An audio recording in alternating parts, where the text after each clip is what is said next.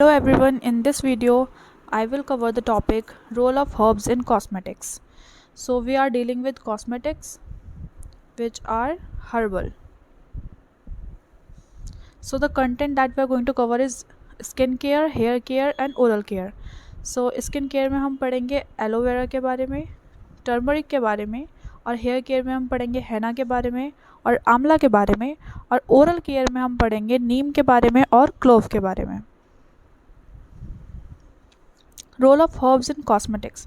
So, the cosmetics, according to the Drugs and Cosmetics Act, is defined as articles intended to be rubbed, poured, sprinkled, and sprayed on, or introduced into, or otherwise applied to the human body or any part thereof for cleansing, beautifying, promoting attractiveness, or altering the appearance. So, D&C में DNC stands for drugs and cosmetics act. तो drugs and cosmetics act में cosmetics को हम define करते हैं as an article, as articles जिसको हम रब कर सकते हैं, पोर कर सकते हैं, स्प्रिंकल कर सकते हैं, स्प्रे कर सकते हैं, इन फैक्ट ह्यूमन बॉडी में इंट्रोड्यूस भी कर सकते हैं और अप्लाई भी कर सकते हैं. अप्लाई मीन्स टॉपिकली अप्लाई कर सकते हैं या फिर किसी पार्ट पे ह्यूमन बॉडी के, और उसका पर्पस क्या क्या हो सकता है, क्लेंजिंग, ब्यूटीफाइंग, अट्रैक्टिवनेस को प्रमोट करना या फिर अपीयरेंस को ऑल्टर करना. तो ये डेफिनेशन है कॉस्मेटिक्स की in the drugs and cosmetics acts. तो ये डेफिनेशन आप एज इट इज़ याद कर लें, बहुत बार पूछी जाती है. Ayurveda had utilized many herbs and floras to make cosmetics for beautification and protection from external effects since long. तो आयुर्वेदा ने बहुत सारे हर्ब्स और फ्लोरास को यूटिलाइज़ किया है कॉस्मेटिक्स बनाने के लिए, और वो कॉस्मेटिक्स आपके ब्यूटिफिकेशन प्रोसेस पर्पस के लिए हो सकते हैं, प्रोटेक्शन के लिए हो सकते हैं from external effects. Protection in the sense like from UV rays, है ना, यूवी रेज से प्रोटेक्शन के लिए we may use cosmetics like sunscreen, sun block creams etcetera. The herbal cosmetics are the preparations containing phytochemical from a variety of botanical sources, which influences the functions of skin and provide nutrients necessary for the healthy skin or hair.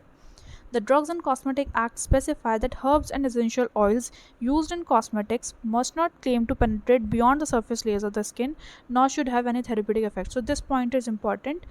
इस point में क्या है कि cosmetics को drugs and cosmetics act specify करता है कि कोई भी हर्ब या एसेंशियल ऑयल जिसको हम एज अ कॉस्मेटिक यूज़ कर रहे हैं, अगर वो आपके स्किन के सरफेस लेयर्स को पेनिट्रेट करके अंदर तक जा रहा है तो हम उसको एक हर्बल कॉस्मेटिक नहीं बोलेंगे. Is that clear? जो हर्ब्स हम अपने हर्बल कॉस्मेटिक्स में यूज़ कर रहे हैं, अगर वो हर्ब्स आपको कोई थेरेप्यूटिक इफ़ेक्ट दे रहे हैं स्किन के सरफेस से अंदर जा कर के, तो फिर हम उसको एक हर्बल कॉस्मेटिक या कॉस्मेटिक नहीं बोलेंगे, क्योंकि वो कोई एक थेरेप्यूटिक इफेक्ट सरफेस स्किन के सरफेस लेयर्स को क्रॉस करके दे रहा है, और उसको हम ड्रग बोलते हैं. That is usually a drug and not a cosmetic. Okay, so हम उन हर्ब्स को जो कि आपके स्किन के सरफेस लेयर्स को क्रॉस करके कोई भी थेरेप्यूटिक इफेक्ट आपकी बॉडी में देता है, उसको हम कॉस्मेटिक्स ना बोल करके ड्रग बोलते हैं. इसलिए हम ऐसे हर्ब्स को कॉस्मेटिक्स में इंक्लूड नहीं करेंगे. The legal requirement and the regulatory procedures for herbal cosmetics are same as that for other chemical ingredients used in cosmetic formulations. तो जो भी लीगल रिक्वायरमेंट या रेगुलेटरी प्रोसीजर होते हैं हर्बल कॉस्मेटिक्स के, वो सेम ही हैं, एज इट इज़ हैं, जैसे कि आपके दूसरे कॉस्मेटिक फॉर्मुलेशंस के इंग्रेडिएंट्स होते हैं. जैसे कोई भी आपके पास कॉस्मेटिक फॉर्मुलेशन है, suppose you have some cream, तो इस क्रीम में कुछ हर्बल कॉस्मेटिक्स भी होंगे और कुछ केमिकल इंग्रेडिएंट्स भी होंगे. तो जो केमिकल इंग्रेडिएंट्स होंगे और जो हर्बल कॉस्मेटिक्स होंगे, दोनों की लीगल रिक्वायरमेंट और रेगुलेटरी प्रोसीजर्स सेम ही होते हैं. Is that clear? ऐसा नहीं है कि हर्बल कॉस्मेटिक्स के लिए कुछ अलग हमने रेगुलेटरी प्रोसीजर्स बना रखे हैं. Then will study each category. हमने बात की थी कि हम इसमें skin care, hair care, oral care के बारे में पढ़ेंगे. So herbal cosmetics can be grouped into following major classes: cosmetics for skin care and enhancing the appearance of skin, cosmetics for hair growth and care, and कुछ miscellaneous products भी पढ़ेंगे, और oral care भी हम इसमें देखेंगे. Advantages क्या होते हैं हर्बल कॉस्मेटिक्स के? Why are we dealing with herbal cosmetics and not just the normal synthetic cosmetics? We have ample of benefits of herbal cosmetics, so we'll deal each one of them one by one. Unlike chemically synthesized, highly concentrated drugs that may produce many side effects, herbs can effectively realign the body's defense and are safe. So सबसे बड़ी बात होती है कि herbal cosmetics safe होते हैं और ये बहुत ज़्यादा कंसनट्रेटेड ड्रग्स जो होते हैं जो आपको टॉक्सिक इफेक्ट्स भी दे सकते हैं बॉडी में, उसके कंपैरेटिवली हर्बल कॉस्मेटिक्स सेफ़ होते हैं। क्यों सेफ़ होते हैं? क्योंकि हमारा जो बॉडी है उसका जो फिजियोलॉजिकल इन्वायरमेंट है that adepts a herbal cosmetics better as compare to a synthetic one that are man made that we chemical synthesize. तो उनसे अगर कंपेयर किया जाए सिंथेटिक कॉस्मेटिक्स को और हर्बल कॉस्मेटिक्स को, तो हर्बल कॉस्मेटिक्स ज़्यादा सेफ़ होते हैं और कम टॉक्सिक होते हैं और इफ़ेक्टिव भी होते हैं। तो सेफ एंड इफेक्टिवनेस एक बात हो गई। Herbal cosmetics are natural and free from all the harmful synthetic chemicals which otherwise may prove to be toxic to the skin. तो सिंथेटिक केमिकल्स चाहे आप कितना ही कह लो टॉक्सिक होते हैं स्किन के लिए इन हायर कंसनट्रेशंस और if use for a longer period of time. They are hypoallergenic and tested and proven by dermatologists to be safe to use any time anywhere. तो कोई ऐसी स्पेशल कंडीशंस होते हैं, आपने देखा होगा हर्बल कॉस्मेटिक्स में हमेशा लिखा होता है कि suitable for all skin types. आपने बायोटिक के प्रोडक्ट्स इस्तेमाल किए होंगे, हिमालय के इस्तेमाल किए होंगे। These are natural products, they claim that they are made from natural herbal cosmetics products. So उन पे ऐसे लिखा होता है कि suitable for all skin types. तो ये हाइपो एलर्जेनिक होते हैं, मतलब ऐसे कोई इनको अप्लाई करके कोई एलर्जी नहीं होती है, बट स्टिल रिकमेंड किया जाता है कि आप हमेशा एक पैच टेस्ट करके देख लें before applying any herbal cosmetic और any cosmetic. Okay, compatible with all skin types. All skin में आपके कौन कौन से स्किन टाइप्स होते हैं? ऑयली स्किन होती है, ड्राई स्किन होती है, कॉम्बिनेशन स्किन होती है। तो it is compatible with all skin types.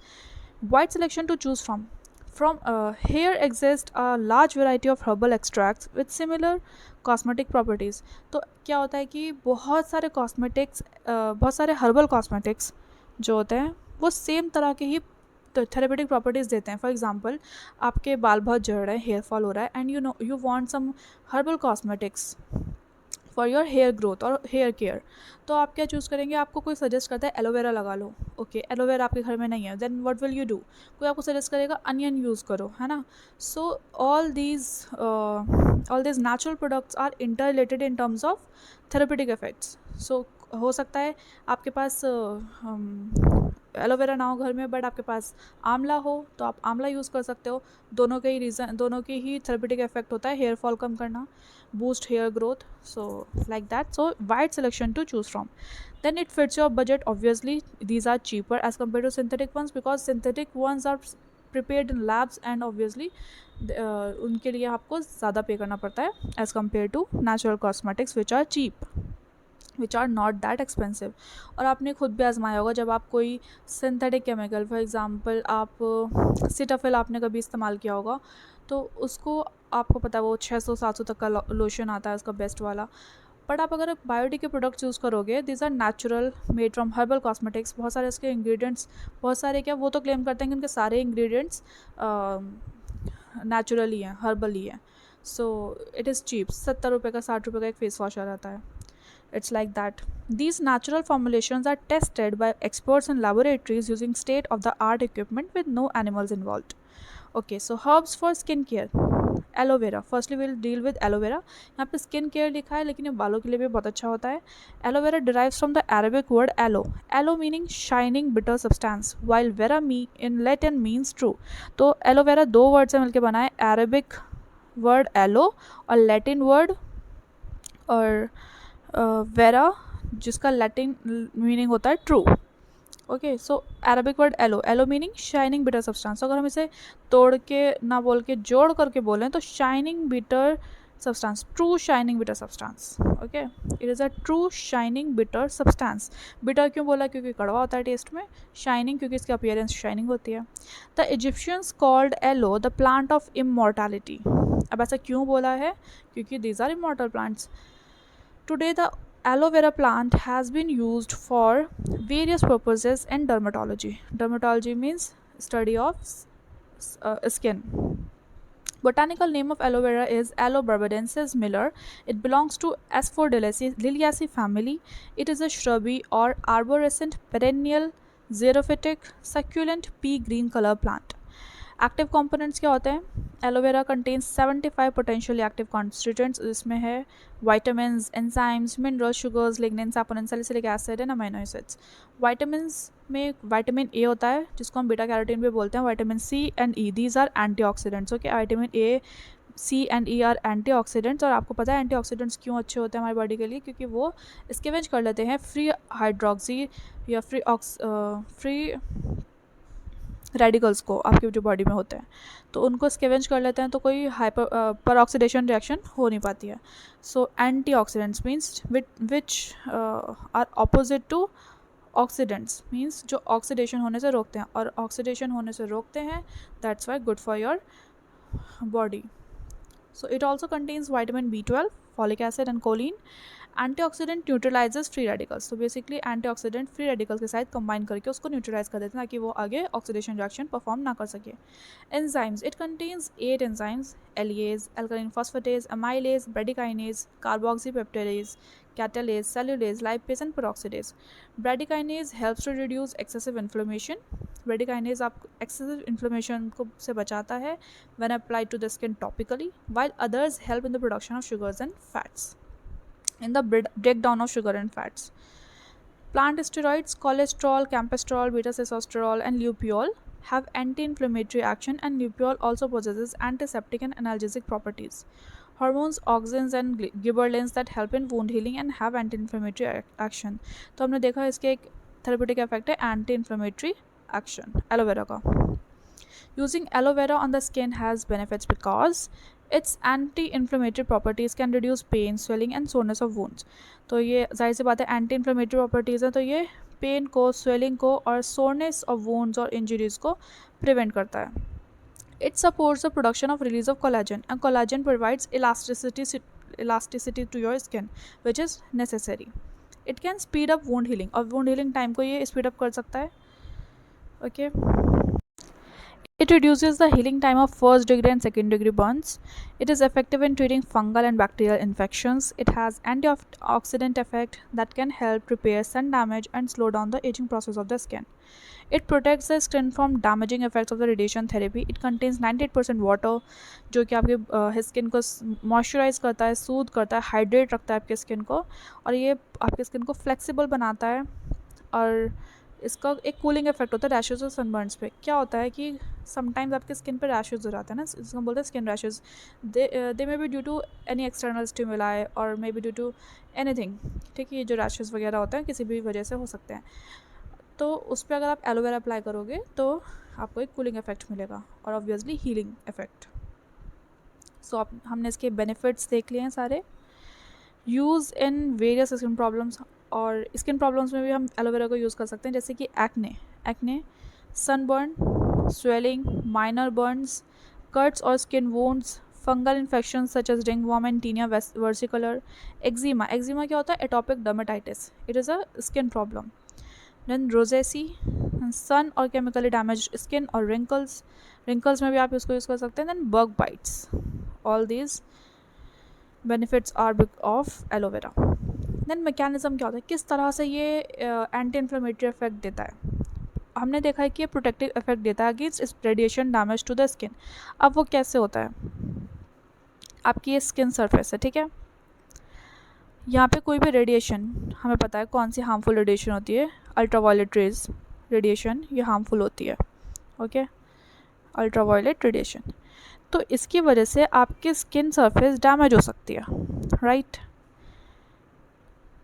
अब एलोवेरा अगर आपने अपने स्किन पर लगा रखा है तो ये किस तरह से इसको प्रोटेक्ट कर रहा है? बेसिकली ये हमें डील करना है इसके मैकेनिज्म में. So what happens is the protective effect against radiation damage to the skin is due to an antioxidant protein metallothionein. Aloe vera में एक एंटीऑक्सीडेंट प्रोटीन प्रेजेंट होता है जिसका नाम है मेटालोथायोनिन, और एंटीऑक्सीडेंट इफेक्ट आपको पता है मीन्स और फ्री रेडिकल्स को स्कैवेंज कर लेगा. It is generated in the skin. तो ये मेटालोथायोनिन स्किन में जनरेट होता है which scavenges hydroxyl radicals and prevents suppression of superoxide dismutase. superoxide dismutase एक एंजाइम है जो कि परऑक्सीडेशन में हेल्प करता है, एंड ग्लूटाथायोन परऑक्सीडेज भी एक एंजाइम है जो कि ऑक्सीडेशन कराता है. तो ये को प्रिवेंट करता है, उसके सप्रेशन को प्रिवेंट करता है, ठीक है। इस तरह से इसका मैकेनिज्म होता है। It reduces the production and release of skin keratinocyte derived immunosuppressive cytokines such as interleukin 10 and hence prevents UV induced suppression of delayed type hyper sensitivity. Enzymes जो एलोवेरा में होते हैं वो आपके डेड स्किन सेल्स को dissolve कर लेते हैं, और जो भी एक्सेस सीबम होता है आपके स्किन पे उसको भी वो डिज़ोल्व कर लेते हैं।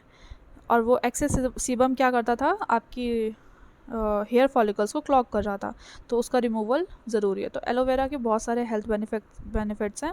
अब कुछ देख लेते हैं रिस्क क्या हो सकते हैं एलोवेरा से। Applying aloe vera gel to the face does not have associations with any serious health risk.